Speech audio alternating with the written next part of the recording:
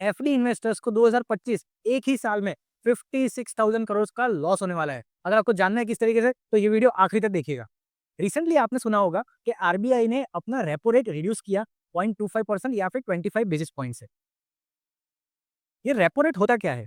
Repo rate मतलब repurchase agreement rate. ये एक ऐसा रेट है जिसपे कमर्शियल बैंक्स आरबीआई से लोन लेता है।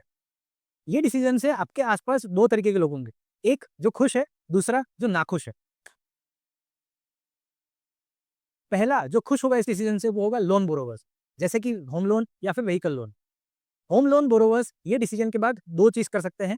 पहला, आप अपना ईएमआई कम करवा दीजिए, या फिर दूसरा, आप अपना लोन टेन्योर कम करवा दीजिए। हमारे हिसाब से आपको अपना ईएमआई का अमाउंट कम करवाना चाहिए और लोन का टेन्योर एज इट इज रखना चाहिए। इससे आपको कैसे फायदा होगा, मैं आपको एग्जांपल समझाता हूँ। सपोज किसी ने 1 करोड़ का लोन लिया है 20 साल के लिए, और लोन लिए हुए उनको 1 साल हो चुका है, मतलब कि 19 साल अभी भी बाकी है। जब लोन लिया था तब रेट ऑफ इंटरेस्ट था 8.7%। रेपो रेट कम होने के बाद उनका रेट हो जाएगा 8.45%। अभी उनका ईएमआई चल रहा है तकरीबन 88,000 रुपीज़। रेपो रेट के कम होने के बाद उनका ईएमआई हो जाएगा 86,500 के आसपास।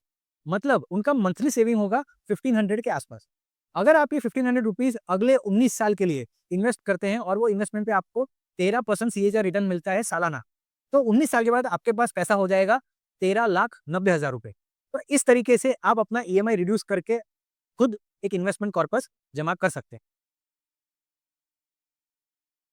दूसरे लोग जो खुश होंगे वो होंगे जिन्होंने लॉन्ग ड्यूरेशन बॉन्ड्स या फिर लॉन्ग ड्यूरेशन हाइब्रिड या डेट म्यूचुअल फंड्स में इन्वेस्ट किया है। बॉन्ड किस तरीके से काम करता है? अगर गवर्नमेंट ने इंटरेस्ट रेट कम किया है तो बॉन्ड में अर्निंग्स बढ़ेगा। अगर गवर्नमेंट ने इंटरेस्ट रेट बढ़ा है तो बॉन्ड में अर्निंग्स कम होगा। अभी क्योंकि गवर्नमेंट ने इंटरेस्ट रेट कम किया है तो बॉन्ड में अर्निंग्स बढ़ने वाला है। तो इस तरीके से बॉन्ड इन्वेस्टर्स भी खुश होंगे। अब नाखुश कौन होगा? नाखुश होंगे एफडी इन्वेस्टर्स। एक रिपोर्ट के हिसाब से पूरे इंडियंस 2500 बिलियन डॉलर्स की एफडी करते हैं इंडिया में। अगर आप उसको इंडियन रुपीस में कन्वर्ट करेंगे तो वो होगा 225 लाख करोड़। अगर सालाना आप 0.25% उस पे रिड्यूस करें तो आपका फिगर आएगा 56,000 करोड़। तो इस तरीके से ये डिसीजन से एफडी इन्वेस्टर्स बिल्कुल खुश नहीं होंगे। तो जब गवर्नमेंट कोई भी डिसीजन लेता है तो उसके प्रोस भी होते हैं और कॉन्स भी होते हैं। हमने ये ट्राई किया है कि आपको दोनों तरीके का डिटेल्ड एनालिसिस हम आपको दें। अगर आपको इसी तरीके से इन्फॉर्मेटिव नॉलेज और एनालिसिस गेन करना है तो प्लीज़ हमें सब्सक्राइब कीजिए और शेयर कीजिए हमारे वीडियोस को। I am CA Kunal Laljani from Sure Finserv, signing of.